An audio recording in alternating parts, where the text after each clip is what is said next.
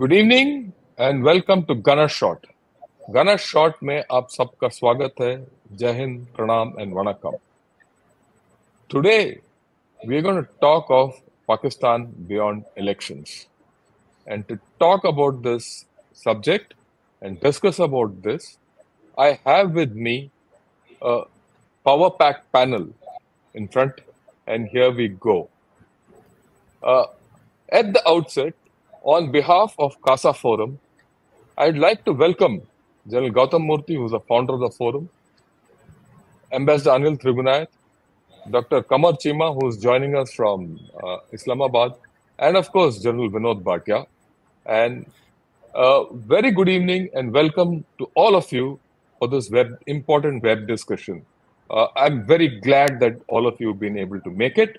And without wasting much time, since we have a lot of ground to cover, what I'll do is I'll go through a few issues which have been flagged by Pakistanis themselves in Dawn and other newspapers.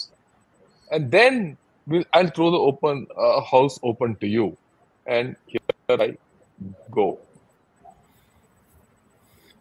Okay. The first thing, Quo Vadis, where do we go from here? Mahir Ali, he writes in Dawn, the question arises whether the powers that be are as incompetent in rigging elections as they are in ensuring security. The unexpected result has enthused many within and outside the country who really ought to know better. Any hope that a distinctly better future, desperately needed, lies ahead would be premature. Right? So he's thrown a question on the army and its competency. Arifa Noor, in her editorial of the People, she says, people came out not for the PTI as much as they came out to vote against those who created an environment of fear. More than the political parties, the establishment should be concerned. Ask whether it wants to continue on a path where it is losing support. Very strong statement. And to what extent it can afford this, especially as the state's policies have already lost Pakistan the hearts and minds of Balochistan. Instead of working on plans to reverse this, it seems as if the people of the other provinces are being pushed away too. So we are talking of hearts and minds, which is a very powerful emotion in such conditions. Right. Abbas Nazir, the erstwhile editor of Dawn, whom I've always considered a very great writer, and he's on the ball. He talks of controlled chaos and he says, think not. Hopes of clarity after the election have evaporated, and a country perennially in the midst of a crisis now appears gripped by chaos and in a tailspin, with the wildest of speculation suddenly acquiring an eminently plausible status. This is where we are. From the usually informed journalists and analysts to wildly swinging vloggers, everyone is clueless. Very telling. What he sees is there's no light at the end of the tunnel. It's far away. And this is his view as of yesterday. And Zahid Hussain, again a very good political commentator, says, it was perhaps the most consequential election in Pakistan's recent history. Defying all odds, the voters turned out in record numbers. They have spoken out loud and clear and given their verdict. It was a vote for hope and democracy, but the people's mandate seems to have been stolen. Right? And the second part is very interesting. He says the army chief also urged Pakistan's political parties to form a unified government to help the country move from the politics of anarchy and polarization. It is rare for an army chief to issue such political statements. In fact, in India, it is almost unthinkable. It is not the mandate of the military leadership to tell the political leadership what kind of government they should be. It provides some insight into the emerging civil-military relationship or the existing one, as you may think so. And why we fail, Asim Sajjad Akhtar. He says the post-poll rigging and smoky backroom deals will carry on for some time. The frenzied wheelings and dealings will give way to the new, read old status quo, so nothing changes. Or maybe there will be even more chaos because a viable power sharing agreement cannot be fomented. And then someone in a uniform or a suitable proxy will save us in the name of national security. So this also has a pointer. So all the pointers which we're going to discuss are already there. And it is blackout to backlash, Muhammad Amir Rana, I think yesterday or today's dawn. Establishments often focus on imposing order, frequently at the expense of political and social order. They may believe that order brings discipline and stability to society and governance, but they always neglect to consider how their policies erode their legitimacy to impose order. This is the biggest crisis facing Pakistan. And if I may say, also the Pakistan army. And of course, there's this headlines in Dawn which says army has tested everyone and GDA foresees martial law. And the whole thing is little off grid.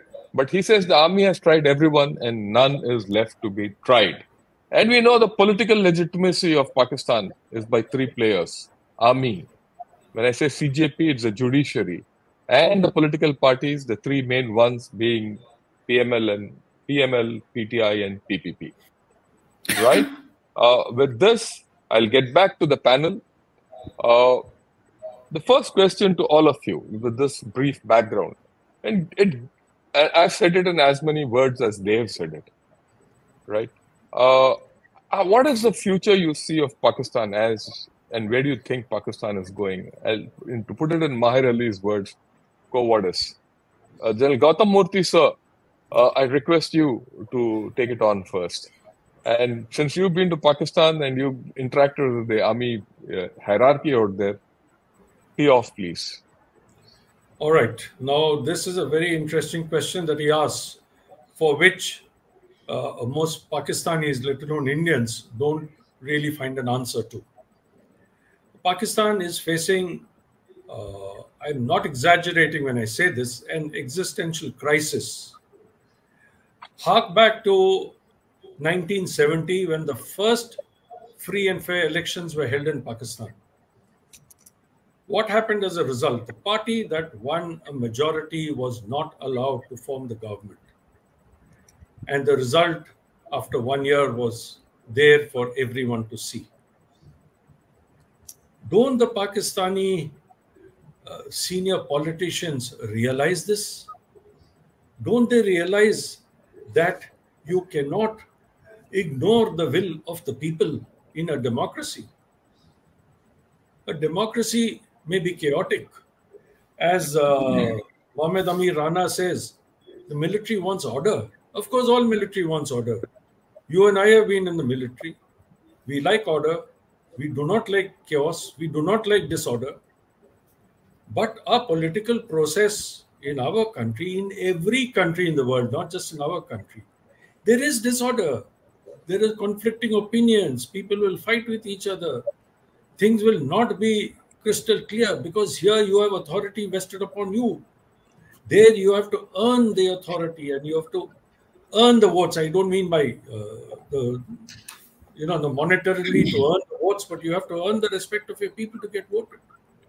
And you have to fight battles, political battles, to get that legitimacy. Now, here was a government, for whatever reason, selected government, as Imran Khan's government was called. But he continued till he fell out of favor with the army. Over what? Over the posting of or shifting out of one DGIS. And there the problem actually began. What is the future of the army? The army has never been tested like this before, save for 1971. The army is being tested again. As one of the editors has said, Balochistan is informant. They've lost the hearts and mind of the people of Balochistan. They are on the verge of losing the hearts and mind of the people of Pakistan. I just hope it is not so, and for Pakistani's sake, for the average common citizen, let the will of the people prevail, however chaotic, however problematic, however horrible it is. If it doesn't function, vote out the person, get another person. There have been hung parliaments in the past in India too. We have gone through the era of hung parliaments with a lot of consensus, lot of discussion. But the military has never interfered. The military, there's no question of a military even talking about it. We never discuss politics in our messes. You know that very clearly. The subject was completely taboo. And not only in our messes, within our own interactions, none of us have discussed politics. We discuss everything under the sun except for politics in India. So where Pakistan, where does it go from here? Very frankly, unless the military decides to step back, this mess will continue. This will happen, and the results will ultimately come out again. The streets will dictate the results. Thank you. Thanks a lot, sir. I think you made some very interesting points. You spoke of Pakistan being in an existential crisis. You also spoke of the political legitimacy which is existing or not existing. And then you made a very, very, very important point that the army has not been tested in such a situation after 1970. And the military needs to step back. Right. So the state in which Pakistan is, is quite confused because there's no light at the end of the tunnel. And I don't know whether by 29 they'll cobble up some kind of a coalition or a ministry or a government or whatever to take it forward. Even if that happens, beyond that, there's a lot of question marks. Because what's happening today, in my opinion, is a bit unprecedented in terms of protests. Probably the last time such protests were held, you'll have to go back to the lawyers' protest when Pervez Musharraf was thrown out. And before that was the 1970 movement. If it is not this 1970 movement, is it that moment in which the lawyers' protest took place? And, you also had the May, the protest and the arson which took place in May last year. And now where we are. In this kind of a condition, do you visualize Pakistan going under the martial law? Because that also has been spoken about. In fact, the two extremities of thought which I have read in the past 1 week, besides everything else, is people are also talking of a repoll, and people are talking of a martial law, and which has come out openly in their headlines. All yours, sir, General Gautam Moorthy, sir. Again, a very difficult question to answer, but I will try my best. You see, the Pakistan Army, as Dr. Qamar Cheema has pointed out, is very much in control. And I'm sure he, being in Islamabad itself, has got his finger on the pulse and is very clear that whichever party comes to power, a coalition of parties comes to power. And what he didn't mention was also what the army wanted, a unity government that comes to power, has to listen to the army and ensure that they continue to stay in power. All of them are looking to the army. Now, even if the army, from what I gather from what Dr. Cheema says, even if the army, say, just theoretically speaking, wants to step back and say, look, it's none of our business. Okay, let's for a moment keep the rigging and everything else aside. According to Dr. Cheema, he says that the political parties themselves are not going to let the army step aside and tell them, no, you very much be with us in running this country. If that be so, you already have the army very much in charge. Why would they want to impose martial law when the laws within the country right now can keep protests in check? Why would they want to impose martial law? They may want to impose some kind of an emergency with which to say that, look, things are not what they ought to be. In fact, as one of the editors remarked, Pakistan is in a tailspin from what we can see, and one has been observing this. So the other thing is economy, and everything is economy. I just have some figures which I would like to tell you today, what is happening is that Pakistan is adding 48 billion US dollars in debt every day, and their earnings are 33 billion dollars. That means they are in a deficit of 15 billion dollars per day.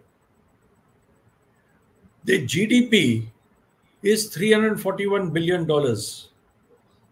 And I just read that the Tata Group market valuation in this country is $365 billion.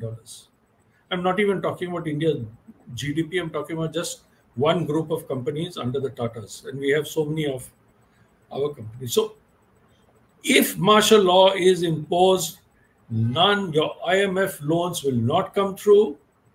Your people, including the Gulf countries and Saudi Arabia, which were supporters of Pakistan, which have been well-wishers of Pakistan, they will also hold back.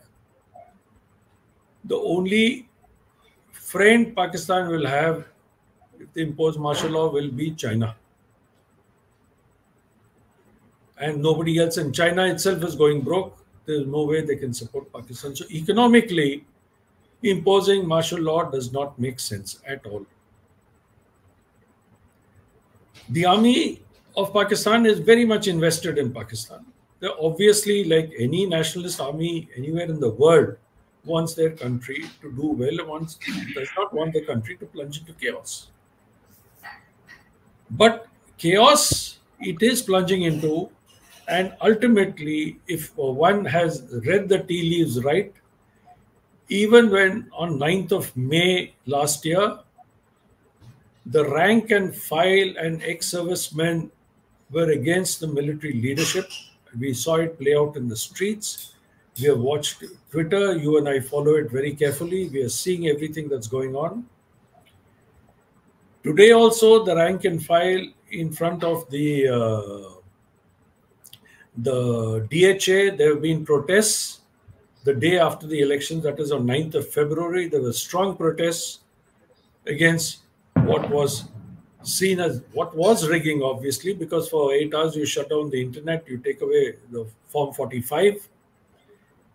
So today people are saying that ultimately that this is going to be a fight to the finish.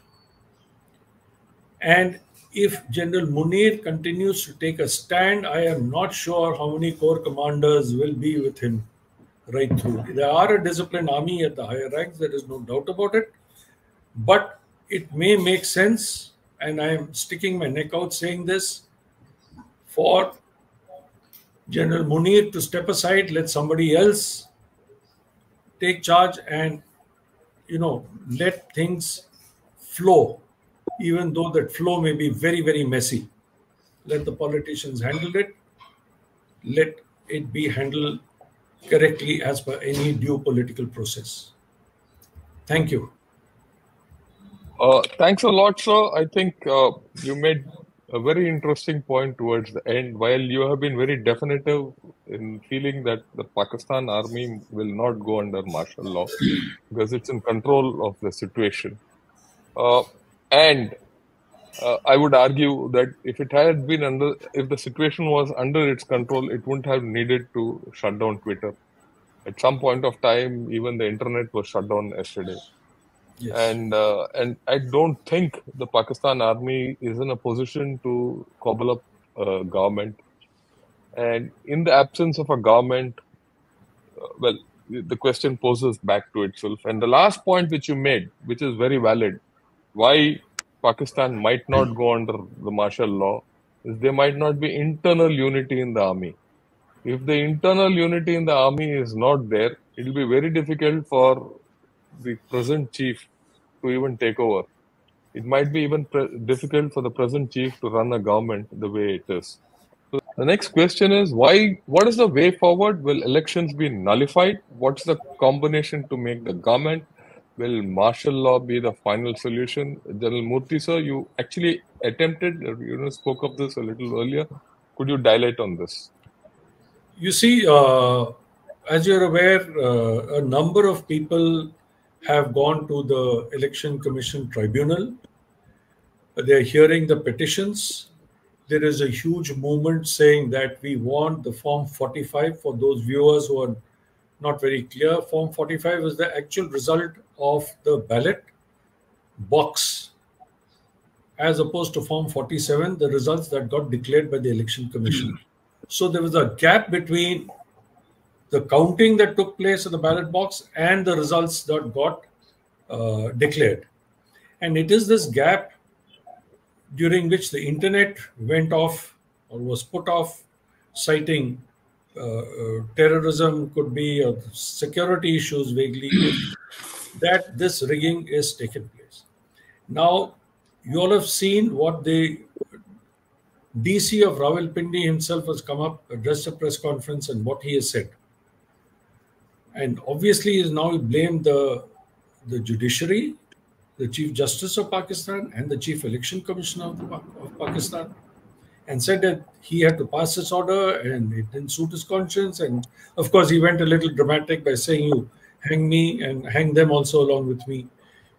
You know, now whether this was, there are cynics who say this was a stage managed conference. But the fact is that this has been a very flawed election.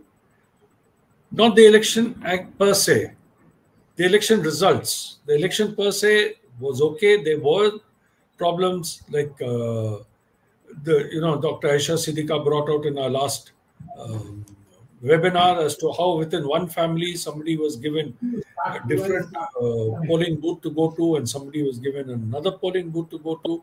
So despite all these difficulties, the election was held, and by Pakistani standards, 47% came out to vote, which was good. But with the results being flawed, unless this Form 45s are collected, are again recounted, and unless some results get overturned where rigging has actually taken place, I'm afraid this election will not be seen as a legitimate election at all.